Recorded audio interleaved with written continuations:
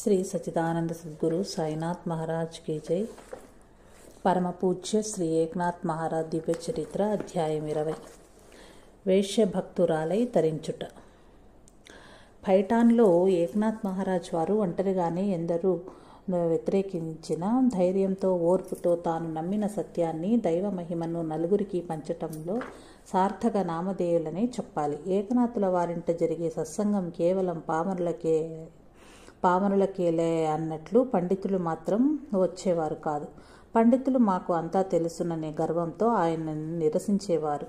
ఆ మహానుభావుడు మాత్రము భగవంతునికి ఇష్టమైన వారే సత్సంగానికి రాగలరు.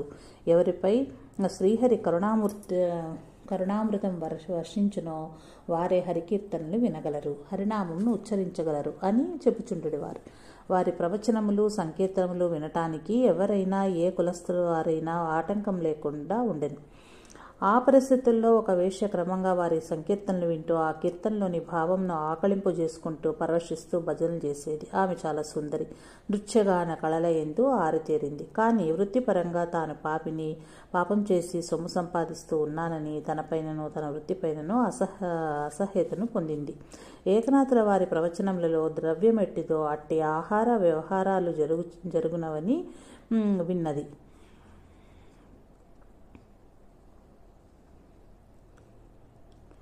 భాగవతం నందలి పింగళాయను వేశ్యకథను విన్నప్పటి నుంచి ఆమె మనసులో తన జన్మకి ఇంకా నిష్కృతి అన్నది లేదని బాధ తపన మొదలైంది. శారీరక సుఖాల పట్ల విముఖత కలిగి విరక్తురాలయ్యింది. ఒక వారం రోజులు తన తలుపులను బంధించి వేసింది. వీటిని రానియలేదు. చెలికత్తలందరినీ దూరంగా పొమ్మని కసిరేసింది. శ్రీహరి, నా పాప ప్రక్షాళనంకేదో మార్గం చూపించు, నేను ఈ పాపకూపంలో ఇక ఉండలేను అంటూ మాటిమాటికి ప్రార్థిస్తూ ఏకనాథ్ మహారాజ్ వారిని స్మరిస్తూ తమరే నా కళ్ళు తెరిపించారు. గురుదేవా, నాకు సద్గతి కలిగే ఉపాయం తెలపండి అంటూ 4 గోడల మధ్యన ఏడుస్తూ ఉంది. మళ్ళీ ఏమో గురుదేవులు అనుగ్రహిస్తారో లేక ఈ పాపిష్ట జీవిని చీదరించుకుంటారో అనుకుంటున్నది. మహారాజ్ తపోధనులు, అగ్ని ఎటువంటి పదార్థాన్ని దహించి భస్మం చేస్తుంది. మహారాజ్ వారి తపోగ్ని జ్వాల నా పాపాలను భస్మం చేస్తుంది, కానీ వారు కరుణించాలి కదా అని ప్రార్థించుకుంటుంది. ఇలా వేదన పడుతుండగా ఉదయాన్నే మహారాజు గోదావరిలో స్నానం పూర్తి చేసుకుని తిరిగి వస్తూ ఉన్నారు. మేడపై నుండి గమనించిన వేశ్య తటాలున్న మహారాజు ఎదురికి వచ్చి నమస్కరించి, గురుదేవా, ఇదే నా గృహము. దయతో తమరిలోనికి అడుగు పెడితే నేను నా గృహమును పవిత్రమవుతాము. తమ పాదధూళి మమ్ము పావనం మనర్చును. నా ప్రార్థన మన్నించండి అని చేతులు జోడించి కోరింది. ఆమె యొక్క వినయపూర్వకమైన ప్రార్థన విని ఏకనాథులు ప్రసన్నులైనారు. ఆమె మదిలోని భావాలు వారికి పూర్తిగా అవగతమైనాయి. అలా ఖిన్నురాలై అర్థిస్తున్న ఆమెతో ఇంతగా వెదపడాలా? పదాని ఇల్లు చూస్తాను అని ఆమె వెంట వారి వీధి గడప దాటి లోనికి వెళ్లారు. ఉద్ధవుడు కూడా మహారాజు వెంట నడవక తప్పలేదు. అతనిలో అలజడి మొదలైంది. అసలే గురుదేవుల పట్ల ఊరిలోని బ్రాహ్మణులంతా వ్యతిరేకులే. ఇప్పుడు ఈ పని వల్ల వారంతా మరింత హేళన చేస్తారు అని ఆలోచిస్తూనే పైకి వెళ్ళాడు. అక్కడ ఆ స్త్రీ ఒక కర్రల కుర్చీ వేసింది. గురువుగారిని కూర్చోవండి అని కోరింది.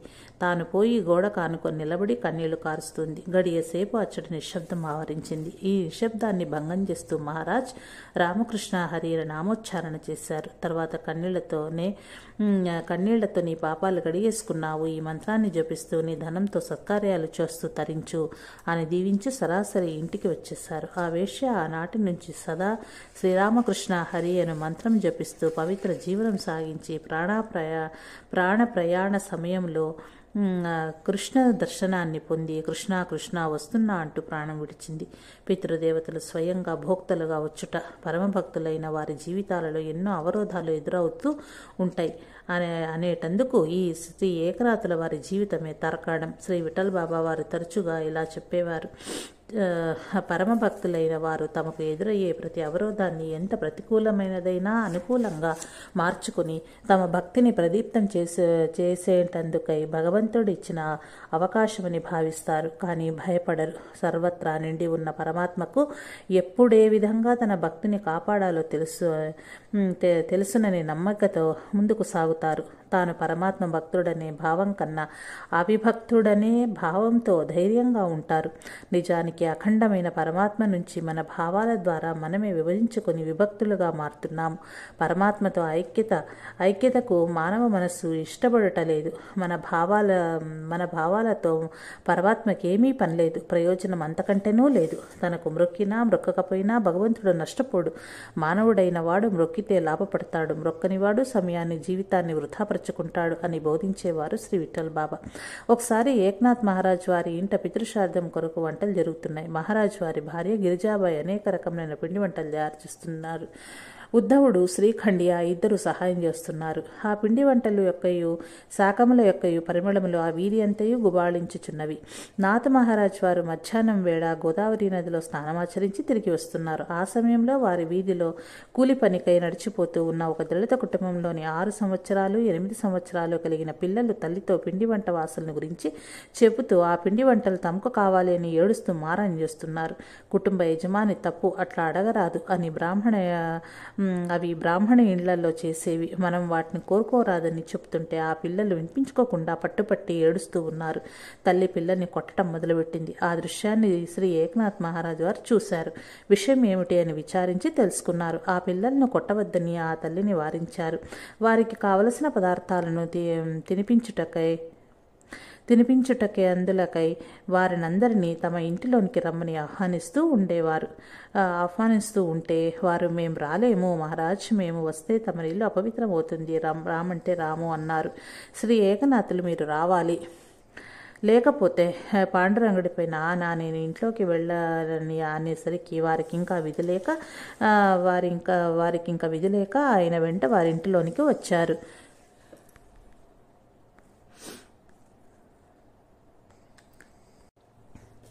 ఏకనాథులు వడలెరుగని ఆనందంతో భక్ష్యాలన్నీ నివేదన చేశారు. ఆరగించు రంగా అని అపరిమిత ఆనందంతో ఆ దళిత కుటుంబానికంతటికీ విస్తళ్ళు వేసి వడ్డించారు. మొగమాటం పడకుండా అందరూ కడుపారా తినండి అని ప్రార్థనాపూర్వకంగా చెప్పారు. వారు తిన్న తర్వాత గిరిజాబాయి గుర్తు చేసి, ఈరోజు మీ తండ్రి గారి శ్రాద్ధం చేయవలసి ఉన్నది, నిమంత్రించిన భోక్తలు వస్తారు, ఇప్పుడేం చేయమంటారని మహారాజ్ వారిని అడిగింది. మాత్ మహారాజ్, నిజమే కదా అని ఉద్ధవ్ని పిలిచి, ఇల్లంతా శుభ్రపరచండి, ఇంకేమైనా పదార్థాలు మిగిలి ఉంటే ఆ దళితులకు ఇచ్చివేసి పాత్రలు శుభ్రపరిచి త్వరగా తిరిగి వంటలు చేయండి అని ఆజ్ఞాపించారు. గిరిజాబాయి వారు చెప్పినట్లు చేసి తిరిగి అన్ని వంటలు చేసింది. అంతలో భోక్తలుగా ఆహ్వానించబడిన బ్రాహ్మణులు వచ్చారు. వాకిట్లో నుండి ఈ ఏకనాథునికి శిశువంతా కూడా బుద్ధి లేదు, ఇకపైన బుద్ధి రాదు, బ్రాహ్మణత్వాన్ని మంటగలిపేందుకే ఈ భూమిపైన పుట్టాడు, అప్రాచ్యపు పనులు తాను చేయుటే కాక అందరితో చేస్తున్నాడని తిట్లు మొదలుపెట్టారు. వర్ణ సంకరం చేయటానికే కంకణం కట్టుకున్నాడు. ఇతని ఇంట్లో భుజించితే అది నరకానికే దారి తీస్తుంది. ఏ వేళ్లప్పుడు పుట్టాడో గాని చేసినవన్నీ సంఘ వ్యతిరేకపు పనులే, మన మర్యాదల్ని ఆచారాల్ని మట్లో గలుపుతున్నాడు అని నిందిస్తూ ఉంటే నాథ్ మహారాజు చేతులు జోడించేలా విన్నవించారు. ఆర్య, తమరు శంకించకండి, ఇల్లు వాకిలి అంతా శుద్ధి చేయబడింది, ఆవుపేడతో అలికి ముగ్గులు పెట్టించాను చూడండి, పాత్రలు కూడా గోమయంతో శుద్ధి చేయించాను, శుద్ధి చేయటానికి గోమయం కన్నా గొప్పది ఏమున్నది. అయ్యలారా, తమరి కొరకై చేసిన వంటకాలు వాసన అంత్యజుల చేత పిలిచబడింది. వారి వాసనను ఆస్వాదించి దాని రుచిని వర్ణించడంతో అవి ఉచ్చిష్టమైనవి, అందులకే అవి వారికే తినిపించాను. ఇప్పుడు శుద్ధమైన వాతావరణంలోని విశుద్ధమైన వంటకములు గిరిజాబాయి తయారు చేసింది. తమరికి ఎటువంటి సందేహం వద్దు, లోనికి దయచేయండి అని ప్రార్థిస్తుంటే వారు లోనికి రాకుండానే నీవు మమ్మల్ని భోక్తలుగా నిమంత్రించి భోజనం పెట్టినందులకు మమ్ము పస్తులించిన పాపం నీకు తప్పదు, మేము ఈ రోజంతా భోజనమే చేయము అంటూ తిరిగి వెళ్ళిపోయారు. ఏకనాథ్ మహారాజ్ వారు దిగులుతో శ్రీ పాండురంగని ఎదుట కూర్చుండి, స్వామి, ఇదే మీకు సంతోషమా? నాకు బ్రాహ్మణులను పస్తుంచిన పాపం తప్పదా? మా తండ్రి గారి శ్రాద్ధ విధి జరగదా? సర్వత్రా నీవే నిండి ఉన్నావని నమ్మిన వాడను. ఈ అంత్య కులజులందు నీ ఉన్నావనే వారికి తృప్తిగా తినిపించాను అని ప్రార్థించాడు. అంతలో శ్రీఖండియా వచ్చి, మహారాజ్, ఆ బ్రాహ్మణులు భుజించకపోయినా పర్వాలేదు, కానీ మీ పితరులను ఎందుకు ఉపసింపచేయటము అన్నాడు. ఉపవసింపచేయటము అన్నాడు. శ్రీకండ్య, నీవేం చెప్పుచున్నావు? కాస్త వివరంగా చెప్పు. ఆ బ్రాహ్మణులను నిమంత్రించి వారు తృప్తిగా భుజిస్తే మా పితరులకు ఆకలి తీరుతుందని భావిస్తాము. వారు భుజించినదే మా పితరులను ఎలా తృప్తిపరచగలము అన్నారు. శ్రీకండ్య, మహారాజ్ ఇట్రండి, ముగ్గులు వేసి పీటలు వేసి విస్తళ్ళు వేయించాము. ఇప్పుడు తమరు వచ్చి సంకల్పం చెప్పి మీ పితృదేవతలను ఆహ్వానించండి. వారే వస్తారు. మీరు భోక్తవ్యం స్వయంగా స్వీకరిస్తారు. మీ భోక్తవ్యం స్వయంగా స్వీకరిస్తారు అన్నాడు. మహారాజా ఆశ్చర్యపోతూనే సంకల్పం చేసి వారి తండ్రి సూర్యనారాయణ గారిని, తాత చక్రపాణి గారిని, ముత్తాత భానుదాస్ గారిని కూడా పేరు పేరున ఆహ్వానించి నేను సమర్పించే ఈ భోక్తవ్యమును స్వీకరించమని కన్నులు మూసుకుని ప్రార్థించారు. గిరిజాబాయి, ఉద్ధవుడు, శ్రీకండ్య క్షణాల మీద వడ్డం చేశారు. నెయ్యి వడ్డించి మహారాజు ముగ్గురికి అవపోసన చేయగా వారు ముగ్గురు తృప్తిగా భుజించుచుండగా పనిగట్టుకుని పోయి శ్రీకండ్య తిట్టి తిరిగి వెళ్ళిపోయిన బ్రాహ్మణుల ఇంటికి పోయి విషయాన్ని వివరంగా చెప్పాడు. వాళ్లకు మొదలు పోయినట్లయింది. పరుగున వచ్చి చూస్తే వాళ్ళ పితరులే కళ్ళు నలుముకున్నారు, ఒళ్ళు గిచ్చుకున్నారు. కల కాదని తెలుసుకున్నారు. ఏకనాథుల పితరులకు నమస్కారాలు చేసి వీరి భుక్త శేషాన్ని మేము ఇప్పుడు స్వీకరిస్తే కానీ మాకు నిష్కృతి లేదు. ఎవరింటిలోనైనా పితృకార్యం భంగం చేయాలని ప్రయత్నిస్తే ఘోర నరక ప్రాప్తి అనే శాస్త్రం ఉంది. తప్పు చేశామని లెంపలు వేసుకుని ప్రసాదం తిని ఈ సంగతిని ఊరంతా ఇంటింటికి తిరిగి చెప్పి తమ పాపాలను పోగొట్టుకున్నారు. శ్రీనాథ్ మహారాజ్ వారు తమ జీవితమే సాధనగానే పరిగణించుకున్నారు. దొంగలకు బుద్ధి మార్పు. ఒకరోజు మహారాజు వారింట్లో అర్ధరాత్రి వరకు సత్సంగము, సంకీర్తన, ఉత్సవములు జరిగింది. తరువాత అందరూ ఎవరిళ్లకు వాళ్ళు పోయినారు. ముగ్గురు దొంగలు మాత్రము వీధి వాకిలి గుండా పోయి దొడ్డి వాకిలికి గుండాలోనికి వచ్చి సమయం కొరకు వేచి ఉన్నారు. అందరూ సద్దుమణిగి నిద్రించారనే నమ్మకం కుదిరిన తర్వాత మెల్లగా దొడ్డి తలుపు తెరుచుకుని అక్కడ ఆరవేసిన మడి వస్త్రం తీసుకుని దొడ్లోనే పరిచి ఉంచారు. లోపల నుంచి ఒక్కొక్కరే సామానంతా తెచ్చి ఆ బట్టపైన ఉంచారు. ఆహార పదార్థాలున్న గిన్నెలు, పళ్ళాలు కూడా బయటకు పెట్టుకొచ్చారు.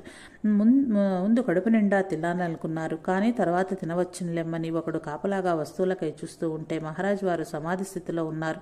వారిని చూడగానే ఆ దివ్య తేజస్సుకు అతని కళ్ళకి ఏమీ కనపడలేదు. వెనక్కి తిరిగాడు గాని దారి తెలియలేదు. తడుముకుంటూ బయటకు వస్తూ ధమ్మని పడిపోయాడు. ఆ శబ్దానికి మహారాజు లేచి దీపం తీసుకొచ్చి చూచారు. పడిపోయిన వ్యక్తిని లేపి ఎవరు నీవు, ఏం కావాలి అంటూ ప్రశ్నించారు. వాడు ఏడుస్తున్నాడు. బయటకు వచ్చి చూడగా మరీ ఇద్దరు నిలబడి ఉన్నారు. వారికి కూడా చూపు కనిపించటం లేదు. మహారాజు దగ్గరకు వచ్చి ఏం కావాలో చెప్పండి నాయనా, ఆకలయిందా? ముందు తృప్తిగా భోజనం చెయ్యండి అటువంటి అంటుంటే వారప్పుడు స్వామి, మేము అపరాధులము, చోరులము, దొంగతనానికి వచ్చాము. మా కంటి చూపు పోయింది. మాకు దేవుడు తగిన శిక్ష విధించాడు బాబు, రక్షించండి మహానుభావ అని చేతులు జోడించి ఏడుస్తూ ప్రార్థిస్తున్నారు. మహారాజు వారి కండ్లపై తమ చేయిని ఉంచి రంగని ప్రార్థించారు. వారికి కనుచూపు లభించింది. మహారాజు పాదాలపై పడి క్షమించమని వేడుకున్నారు. నాయనా, ఇందులో మీ తప్పేముంది? మీరు చోరులమని చెప్పారు కదా. చోర వృత్తి మీ ధర్మము. క్షమ, దయ, శాంతి, ప్రేమ, సహనము ఇత్యాది గుణాలు సాధువుల గుణములు. క్షమించుట మా ధర్మము. మీరు నిర్భయంగా ముందు భోజనం చేయండి. తర్వాత మీకు ఏమి కావాలో అవన్నీ పట్టుకెళ్ళండి. ఒకవేళ మీరు మొయ్యలేకపోతే మీరుండే చోటికి బండి మీద పంపే ఏర్పాటు కూడా చేస్తాను అన్నారు. ఆ దొంగలు ఒకటే కన్నీరు మున్నీరుగా విలపిస్తూ, వద్దు స్వామి, తమరు మా తప్పు తెలుసుకునేలాగా చేశారు. తమ దర్శన భాగ్యం చేత మేము ధన్యులమైనాము. కడుపు నిండా భోజనం చేస్తాము. కానీ వస్తువులన్నీ ఎక్కడివక్కడి సర్దిపెట్టిపోతాము. ఇకపైన కాయకష్టం చేసి పొట్ట పోషించుకుంటాము. మహాత్మా, ఎన్నడూ దొంగతనం జోలికి పోము అంటూ మహారాజు గారికి మొక్కారు. వారికి తృప్తిగా భోజనం పెట్టి వీడ్కోలు చెప్పారు ఏక్నాథ్ గారు. మహాత్ముల వద్ద నుండే ఆయుధాలే దయా, క్షమ, సహనము, శాంతి, ప్రేమలు. ఎంతటి దుర్జనులైనా పరమాత్మ కృపతో మార్పు చెందేలాగా సంకల్పించగలరు. భగవత్కృపకు మించిన ఆయుధం ఎక్కడ ఉంది? ఈ కథలను ప్రతి సత్సంగంలోనూ శ్రీ విఠల్ బాబా చెప్పేవారు. సత్వ, రజ, తమో గుణంల ఎందు ప్రధానంగా దూసుకొచ్చేది తమోగుణం. సమయం చూసి ఆక్రమణం సలిపేది రజోగుణం. సత్వగుణం నివురుగప్పిన నిప్పు వలె ఉంటుంది. ఆ నివురు తొలగిస్తే అగ్నిజ్వాలలుగా మారుతుంది. అగ్గి తగిలిన మైల బుగ్గి ఎగు అనే సామెత వలనను జ్ఞాన జ్ఞానాగ్ని దగ్ధ కర్మాణం అన్న గీతావాక్యం వలెను సకలమును శుద్ధం చేయగలదు. సత్వగుణావలంబుడు సాత్వికుడు అనగానే పిరికివాడని కొందరు భావిస్తారు. సత్వము యొక్క బలము పరమాత్మ బలము. పిరికితనమైతే సాధువులు, సత్పురుషులు, మహర్షులు, సంతులు ఎందుకు ఆ గుణాన్ని వృద్ధి పొందించుకుంటారు అని కొంచెం యోచన చేయగలిగిన వారు సత్వగుణ ప్రభావాన్ని గ్రహించగలరు. ఏకనాథ్ మహారాజ్ వారి బోధలో దుర్జన సంగతి వల్ల దుష్టత్వము, సజ్జన సాంగత్యం వలన సన్మార్గము లభిస్తాయి. సహనము వలన వచ్చే దోషాలను, సహవాసముల వలన వచ్చే దోషములను సహవాసంతోనే చక్కదిద్దవచ్చును అంటారు. పుట్టుకతోనే ఏ మానవుడు దుర్జనుడు కాడు, దుర్మతి కాదు. సమాజంలో మంచి చెడు రెండూ ఉంటాయి. తల్లిదండ్రులు, గురువులు, సమాజంలోని పెద్దలు బోధించే విషయాల ద్వారా తమ మార్గమును మలుచుకుంటాడు. జీవితాన్ని అదే మార్గంలో నడుపుకుంటూ పోతాడు. తనకై తాను తప్పు తెలుసుకోలేడు. రత్నాకరుడను బోయేవానికి ఋషుల సమాగమంతో రామతారక మంత్రం దొరికింది. అతని జన్మ తరించి వాల్మీకి మహర్షిగా మారిపోయి శ్రీరామాయణమును గానం చేసి మనందరికీ ఆదర్శమైనాడు. ఆయన ఎప్పుడైనా పూర్వజీవితంలో నీవిట్లాంటి వాడివి అని ఎవరైనా అన్నారా? అనలేరు. ఆయన పుట్టుకకు కారణం, మార్పుకు కారణం తపస్సు. ఇవన్నీ మనం కథగా చెప్పుకుంటున్నాం కాబట్టి ప్రతి వారికి అటువంటి పూర్వజన్మలు, వాటి కారణాలు, ఇప్పటి జన్మలు, వాటి ప్రవర్తనలు ఉంటాయి. కానీ వాటిని వేలుపెట్టి చూపకూడదని మహాత్ముల ఆంక్ష. ఎందరో మహానుభావులు అందరికీ వందనములు అని ఎవరు అందరి పట్ల నమ్రతతో ఉంటారో వారందరికీ వందనీయములు కాగలరని శ్రీ ఏకనాథ్ మహారాజు వారి బోధ. అది ఏ శ్రీ విఠల్ బాబా వారి ఉద్బోధ. శ్రీ ఖండ్యా ఏకనాథ్. భగవంతుడి నుంచి విభజించుటకు వీలులేనివాడు భక్తుడు అనగా భగవానునితో ఐక్యత కలిగి ఉన్నవాడు అని అర్థము. ఆయనతో మిశ్రమమైన, ఏకమై, సమరసమై, లయమైనవాడు. మరియు ఆ విధమైన స్థితి ఎట్లు కలుగుననగా కేవలం స్వామిని భజించుట చేతనే కలుగునని మనకు అనేక మంది భక్తుల జీవిత చరిత్రల నుంచి తెలియబడుచున్నది. నిరంతరం దైవమును భజించు వానిని విభజించుట ఎట్లు కుదురును? కావున ప్రకృతి లేక మాయ తన విధేయతను చూపుచూ ఆ భక్తుడిని దైవము వలె ఆరాధించును అనగా ప్రకృతి అతనికి హితకారిగా మెలుగును. భగవానుడు ఎట్లు చెప్పినాడు, నిర్గుణోపాసన ద్వారా కొందరు, సగుణోపాసన ద్వారా కొందరు నన్ను ఉపాసిస్తారు.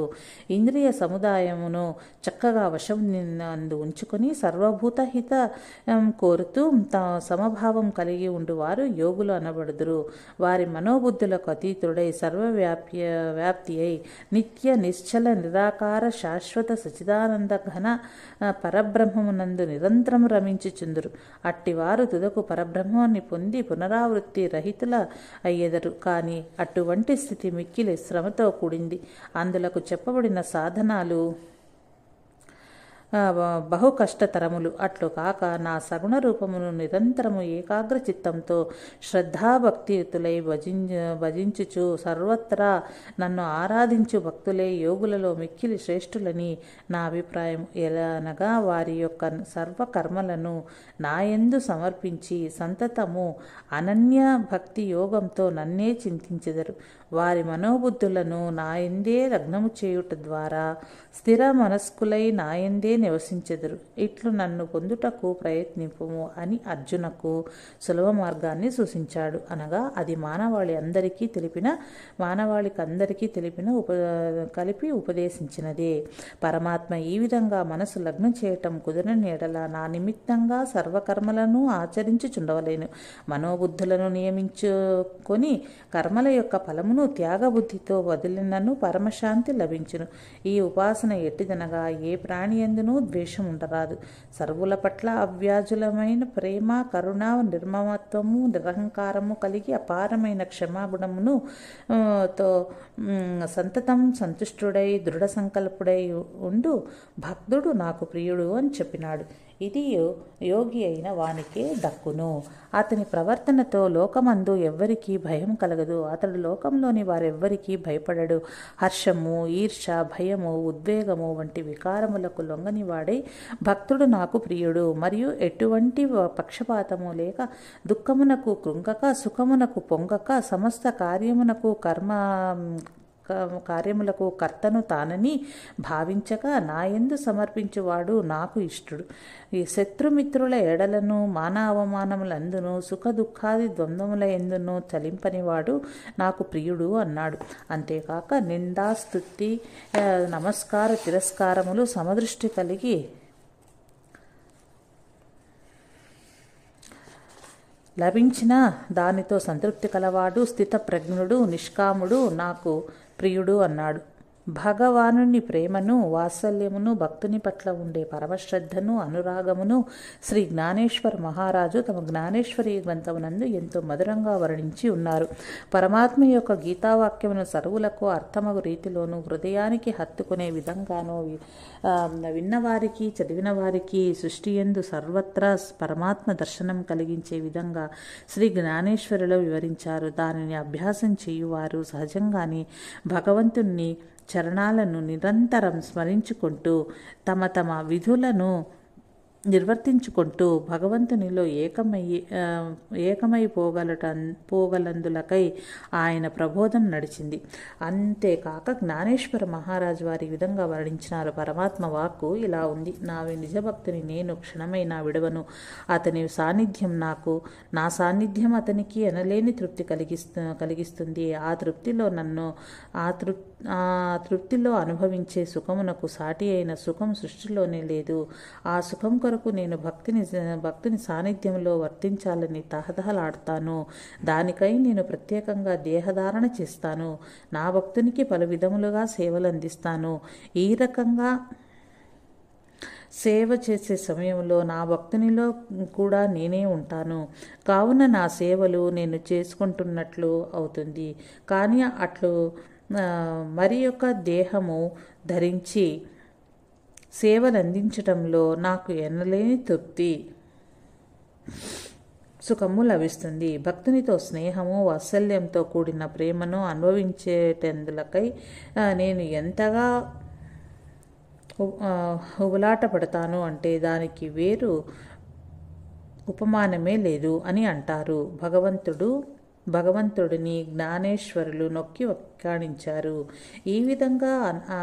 ఈ విధానం అనగా నిరంతర చింతనమును గురుముఖత నేర్చుకున్నట ద్వారాను మరియు పూర్వజన్మ సుకృతం వలనను శ్రీ ఏక్నాథ్ మహారాజు వారు చేసిన ఆరాధన భక్తి శ్రద్ధలను పురస్కరించుకుని శ్రీకృష్ణ పరమాత్మల నిజభక్తుని స్నేహము సేవా సుఖమును అభిలషిస్తూ ఒక బ్రాహ్మణ వేషమును ధరించి మహారాజ్ వారింట్లో ఉండటానికి వారిని శరణు పొందాడు. వారి అనుమతి తీసుకుని 12 సంవత్సరాలు వారింటికి వచ్చిపోయే భక్తులకు సేవలు అందించాడు. ఏకనాథుల వారి భక్తి అనగా సర్వత్రా పరమాత్మను దర్శించి సేవించు భక్తి. వాసుదేవ సర్వం మితి మహాత్మా సుదుర్లభ అనే గీతావాక్యాన్ని అనుసరించి సర్వత్రా వాసుదేవుని దర్శిస్తూ ఏకనాథుల వారు సుదుర్లభమైన మహాత్ముల జాబితాలోకి చేరగానే పరమాత్మకు వారిపై ప్రేమ పొంగులు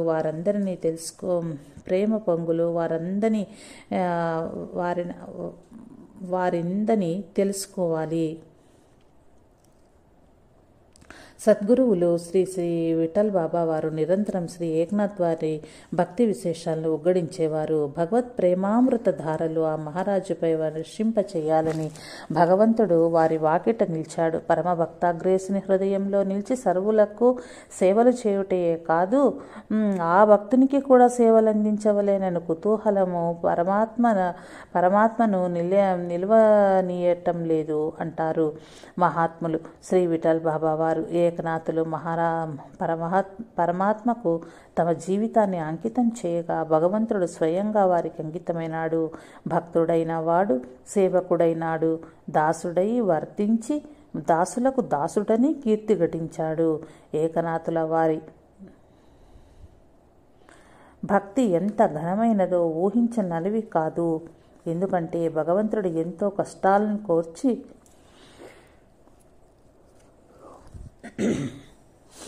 తపస్సులు ఆచరించే వారికి కూడా క్షణంలో ప్రత్యక్షమై వరాలిచ్చి మరుక్షణంలో అదృశ్యమైపోతాడు. కానీ వీరి ఇంట కోరి 12 సంవత్సరాలు సేవలందించి వారిని మురిపించాడు, మైమరిపించాడు. భక్తులు 4 విధాలుగా ఉంటారని గీతలో పరమాత్మ వివరిస్తూ కొందరు అర్థార్థులు, మరికొందరు జిజ్ఞాసులు, ఇంకొందరు జ్ఞానులు నన్ను ఆరాధిస్తూ ఉంటారు. వీరందరూ నాకు కావలసిన వారే. అయితే ఆర్తులు అర్ధార్థులు తమ బాధలు కోరికల కొరకే నన్ను కొలుస్తారు. అవి తీరగానే మర్చిపోతారు. జిజ్ఞాసులు నా ఉనికిని తెలుసుకునే ప్రయత్నంలో ముందుకు సాగిపోతూ కృషి సలుపుతారు. అయితే 4వ వర్గమైన జ్ఞానులు అందరిలోనూ శ్రేష్ఠులని నా అభిమతము. జిజ్ఞాసుకి ప్రయత్నం సఫలం కావాలంటే నా రూపమైన జ్ఞానితో కదలిక తప్పనిసరి. ఎందుకంటే జ్ఞాని నా యొక్క ఆత్మగా నేను భావిస్తాను. జ్ఞాని త్వాత్వైవమేవ మతం. జ్ఞానికి నాకు భేదం లేదు అని స్వయంగా చెప్పటం జరిగింది. ఏకనాథ్ మహారాజ్ వారి హృదయంలో నెలవు తీసుకుని కూడా పరమాత్మ తృప్తిపడక వారిని సేవించాలని మారువేషంలో వచ్చి సేవించాడు. యశోదమ్మకు 14 లోకాలు దర్శింపజేసి కూడా మరుపు తెప్పించిన విధంగా ఏకనాథ్ మహారాజుకు గుర్తింపు కలగకుండా సేవలు చేశాడు. తద్వారా మనకు తెలియవచ్చిందేమిటంటే భగవానుడు అనుగ్రహిస్తే తప్ప ఆయనను మనం గుర్తించలేము. ఏకనాథ్ వారితో తమ పేరు శ్రీకృష్ణ ఆయన సత్యమే చెప్పాడు. అందరూ శ్రీఖండ్యా అని పిలుస్తారు. అవన్నీ తనకు తల్లిదండ్రులు బంధుమిత్రులు ఎవరూ లేరని, భగవద్భక్తుల సేవలోనే ఈ శరీరం పెంచబడి ఉన్నదని నర్వగర్భంగా చెప్పాడు. ఏకనాథ్ మహారాజు వారు నీ నుంచి నాకేం సేవలు వద్దు, కానీ నీవు యథేచ్ఛగా ఉండి గృహంలోనూ మా అందరితో పాటు తింటూ నీ పరమార్థ సాధనను కొనసాగించుటకు నాకు అభ్యంతరం ఏమీ లేదు అని చెప్పాడు. ఆ మాటలు విని శ్రీఖండ్యాయ తమరు అపార దయామనులు దీనులను అక్కలు చేర్చుకుంటారని ఈ కీర్తిని విని నాకు తగిన పని ఇస్తారని గట్టి నమ్మకంతోనే మీ సన్నిధిని ఆశ్రయించాను. నాకు ఆశ్రయం ఇచ్చి ఆదరించిన వారికి సేవలు చేయకుండా తింటే నేను రుణపడిపోనా? ఏమైనా సరే నాకు సేవా భాగ్యం కల్పించవలనని పట్టుబట్టి నిలిచాడు. నాథ్ మహారాజ్ వారు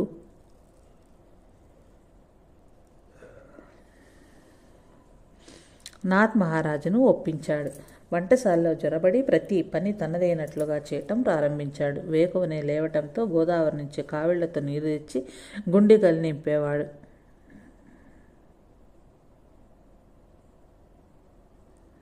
పూజాగది శుద్ధి చేసి గంధం తీసి పూలు తెచ్చి పూజకు సిద్ధం చేసేవారు.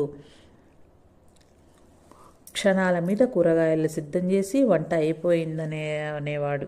భోజనాల సమయంలో వడ్డన బాధ్యత అతనిదే. ఎంగిలి విస్తలు తీసే పని కూడా వేరే పని వాళ్లను చేయనిచ్చేవాడు కాదు. సర్వజీవులలో పరమాత్మను దర్శించే నాథ్ మహారాజ్తో సహా అందరూ మాయలో పడి ఈ వ్యక్తి ఎంత పని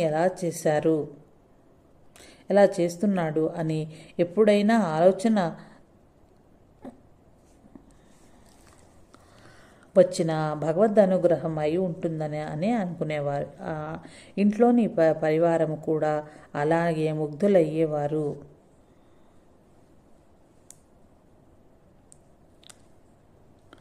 రోజులు క్షణాల వలె గడిచిపోయినవి. కొన్ని పదార్థాలను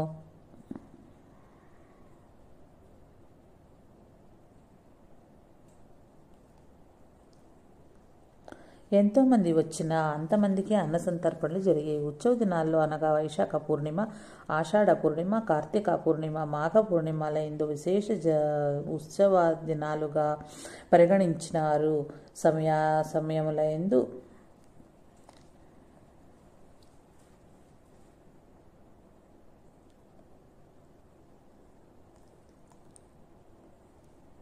బీదలకు వస్త్రదానం కూడా చేసేవారు. తొలిసారిగా ఎంగిలి విస్తరలు తీయబోగా నాథ్ మహారాజ్ అటకాయించారు.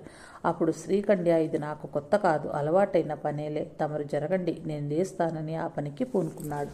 ఆహా, ఏమి ఏకనాథ్ మహారాజ్ వారి అంకిత భక్తి మరియు ఆయన సతీమణి యొక్క పాతివ్రత్యము ఎంతని కొనియాడగలము. ఎవరి చరణాల నుంచి భాగీరథి ఉద్భవించిందో ఆ చరణాలే ఏకనాథుని ఇంట వంటకు పూజకు నీటిని మోసి తెచ్చి నింపినవి. ఏ పరమాత్మ దర్శనం పొందాలని మునులు యోగులు వందల వేల సంవత్సరాలు తపము వరించెదరో ఆ స్వామి భక్తి ఇంట స్వయంగా పూజల కొరకు శ్రీగంధాన్ని సానెగా పైన సాది సిద్ధం చేశాడు. ఎవని కీర్తిని మహిమను వర్ణించలేక పదాలు అవాక్కై నిలిచినవో ఆ స్వామియే నాథ్ మహారాజు వారిచ్చు హారతి సమయంలో అందరితో పాటు జయ జయ ద్వారములు చేసినారు.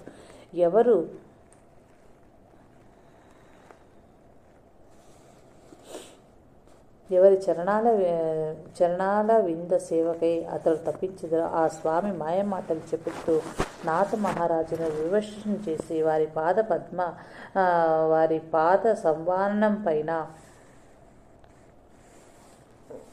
పాద సంవాహనం చేశాడు. ఎవని ప్రకాశంతో సూర్యచంద్రులు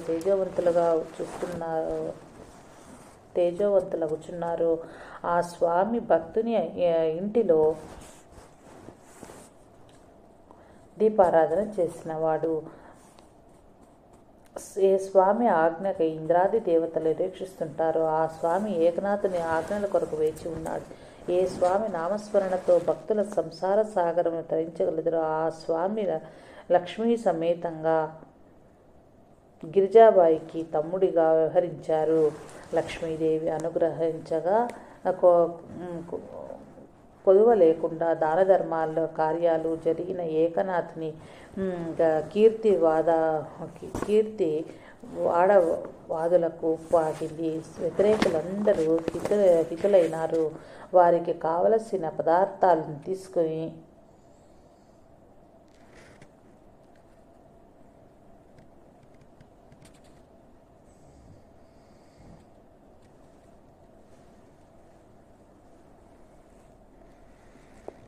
ఇంతటి వైభవము ఐశ్వర్యము యశస్సును ప్రసాదించిన తర్వాత భగవానునికి భక్తుల నుంచి వీడ్కోలు తీసుకోవాల్సిన అవసరం వచ్చింది.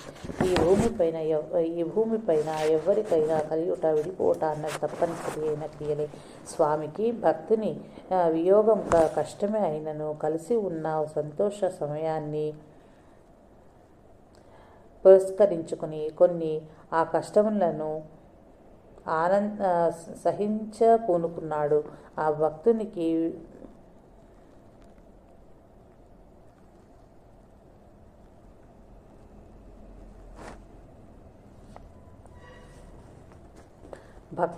భగవంతునికి అవినాభావ సంబంధం కలదని మహాత్ములందరూ చెప్పిన సత్యం.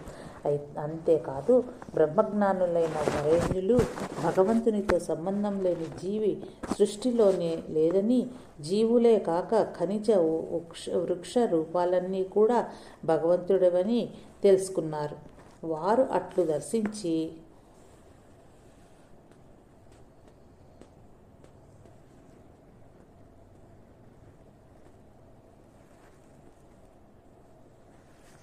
స్వామికి భక్తుని వియోగం కష్టమే అయినను కలిసి ఉన్న సంతోష సమయాన్ని పునస్కరించుకుని ఆ కష్టమును సహించుకొనుచున్నాడు.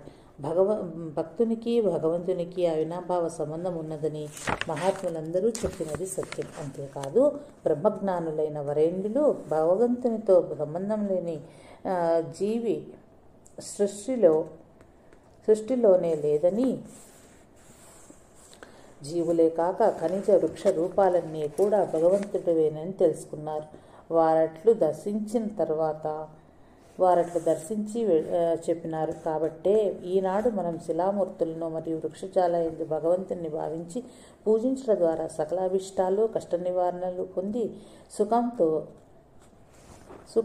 సుఖ సంతోషాలను అనుభవిస్తున్నాము. దీని వలన తెలియవచ్చింది ఏమిటంటే మానవుడు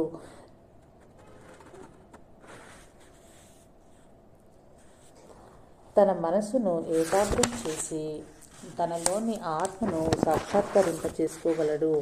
ఆత్మయే పరమాత్మగా నిరూపించగలగలదు. అందువలననే సర్వం కల్విదం బ్రహ్మ అనే సత్యం బహిర్గతమైంది. కానీ అది అందరికీ అందేది కాదు. ఇక్కడే పెద్ద చిక్కుముడి ఉంది. ఎవరికి వారు సాధన చేత సాధించుకోమని సద్గురువులను బోధిస్తారు. కానీ వ్యక్తి యొక్క మనస్సు దాని యొక్క పరిధిలోనే సంచరిస్తూ ఉంటుంది. మనస్సుపై విజయం సాధించాలంటే అసలైన సాధన అనగా మనస్సును ఆత్మ యొక్క స్వాధీనంలో ఉండనట్లు. అప్పుడు అది చంచలమత్వముకు స్వస్తి చెప్పి నిశ్చల స్థితిలో ఉంటుంది. ఈ స్థితిలో మనం ఆత్మ ఎందే ఈ స్థితికి చేరుకున్న వ్యక్తి పరమాత్మకు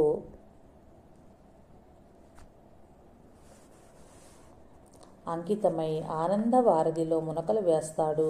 ఈ ఆనందాన్ని వర్ణించేందుకు మాటలు లేవు కనుకనే దానిని పరమానందమని బ్రహ్మానందమని చెప్తుంటారు. రామకృష్ణ హరి జయ జయ, పాండురంగ హరి జయ జయ. ఓం సమర్థ సద్గురువే నమః.